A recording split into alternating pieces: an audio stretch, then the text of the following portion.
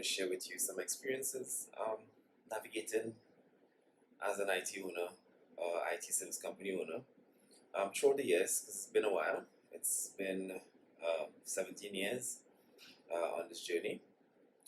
Some years, as I said before, pretty challenging.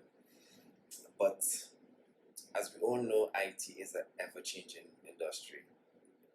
No two days are ever the same, and it's something that you have to cater for. You have to prepare for that. So it was always a challenge to keep abreast and stay ahead of what's happening internationally, what's happening locally. Um, we had so many different things to factor in. We have cultures, we have just politics, and then we have technology that changes every minute. So it's an adventure, to say the least. Because we've seen the company grown from providing what we call break fix type setting, repairs, fixing computers, fixing laptops.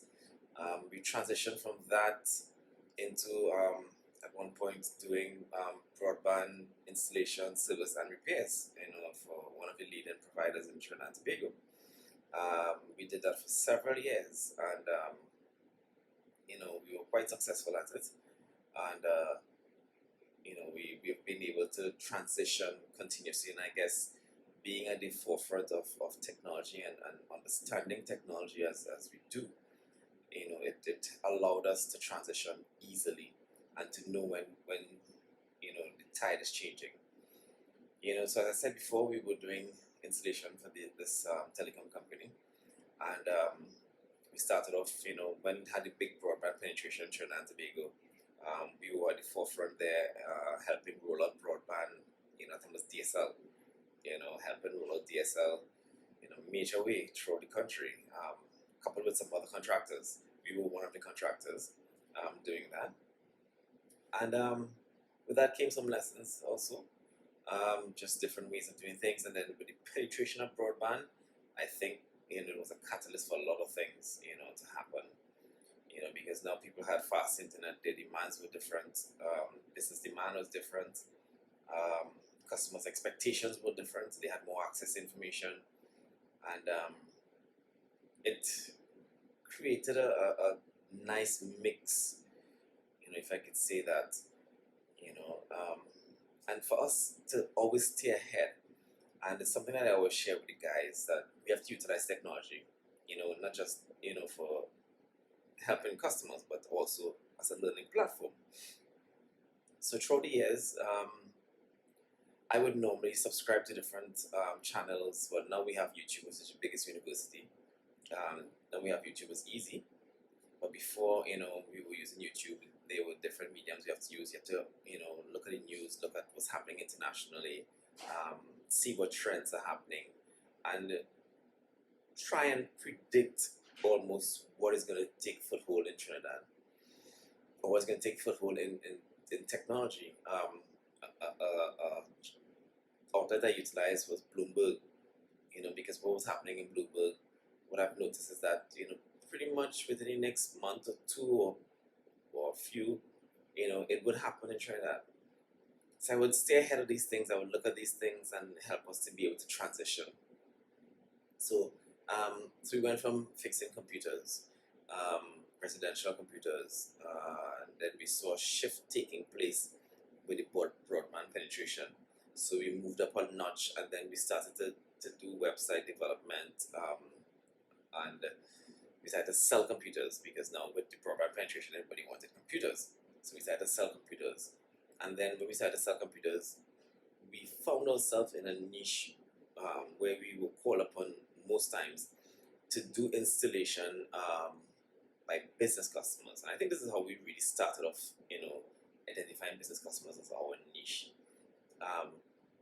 As a contractor, we were mostly called upon to handle the business customers because they required a little more technical expertise. And our guys at that point in time, they were very, very technically sound, but doing the installation of internet. And we were able to go into these businesses and help them set up this broadband properly in their business. And they would have some other little issues that they were trying to deal with. And of course, we would only have our own workshops, so we would be well tooled and well equipped that we were able to then facilitate. And at that point in time, I was a lot more hands-on than I am now. So I would roll my sleeves up on 7 days a week. I would actually work. Yeah, I remember those days. 7 days a week, Sunday to Sunday, I was working, installing broadband, repairing broadband. It was non-stop, because it was the infancy stages of the business. You just have to do what you have to do to keep it afloat and keep it surviving. So yes, I was at the forefront, and I've been going to these businesses, and we would help them set up, especially when they have static IPs to set up. Simple thing. I mean, it's simple now, but back then when they had static IPs to set up, they didn't know how to configure that properly to match it back with a firewall or to match it back with a router or a switch. It was difficult for them to do. So they always called upon us to help in that transition, to help these business customers, and that helped us to get a foot in terms of how we were servicing customers and what we saw the need. And then we started look at different models where we saw a lot of remote support being used. So we started to utilize some remote support services to help us to reach customers a lot faster than a truck roll. So we transitioned into that. We started to sensitize customers into remote support, and that took some doing, because not every customer was comfortable with just this, what they saw it as was a random person just logging into their machines. So we had to educate them as to what is remote support and how does remote support work. So that took a little doing, and we started off with remote support, and then we transitioned into different areas of the business support, like understanding the customer. Then we started to play around with different tools that we could actually implement at the customer's location to help support the customer better. So we started playing around with different technologies. We started playing around with firewalls, through the years, and it was a ride, because before you could actually settle on a niche, we were bouncing, different areas, trying different things. I mean, we quickly realized that retail wasn't for us. Retail is not our thing. We're not that type of customer, because retail is basically you sell, and if the customer call you back, if they have a problem, you go solve the problem. That wasn't part of our business model. So it wasn't intriguing to us. We weren't interested.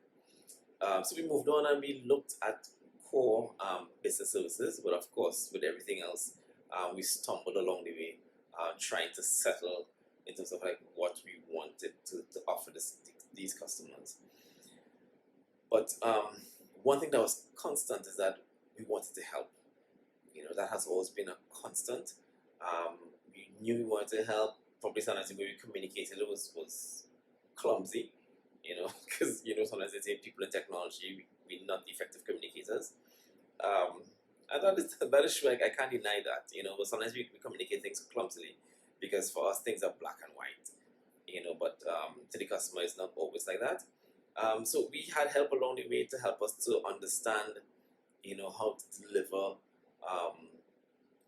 in terms of how to deliver, in terms of how we communicate with our customers, to bridge that gap of core IT and understanding what it is you're really looking for as a business owner.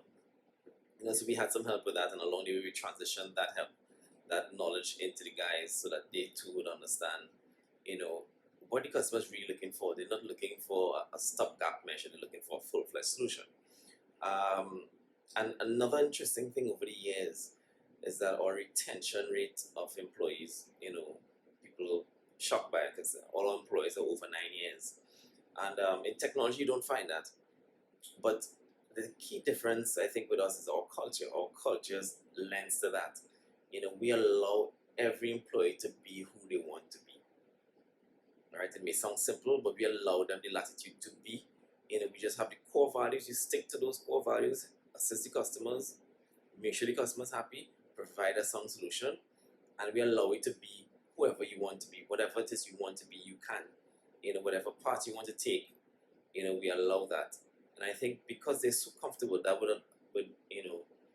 help with retention. Help employees understand that hey, this is a safe place. This is a place that we can all grow. And it's a comfortable place to come to work to.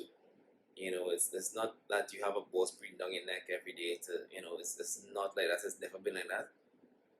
And I mean, kudos to my previous managers. I think that's where I got that from, because they were not that to me. And I actually enjoyed that type of interaction. And it helped along the way, to help to form, the culture I was looking for in 800 Tech. But staying ahead of technology has always been, something that we did well. We always knew when to transition. We always knew when we needed to leap forward. And just like, how we leapt forward, with what we were doing last in the digital transformation, we always know when it's time to leap forward. And we always know when it's time for us to try something new and offer something different. We are in touch with what customers are looking for. And it's not easy to do, because you have to understand your customers well, and of course the politics, because everything in Trinidad is politics, and the politics will be at play. But keeping your customers satisfied and happy is what it is, our core value system. That's what it's about, keeping the customers happy and ensuring that once the customer happy, then for us, we would have met our mandate. So guys, stay tuned every Thursday at 4 p.m. We're going to bring you another episode in Life Beyond Tech, where we share with you a lot more behind the scenes of how it is to be an IT person.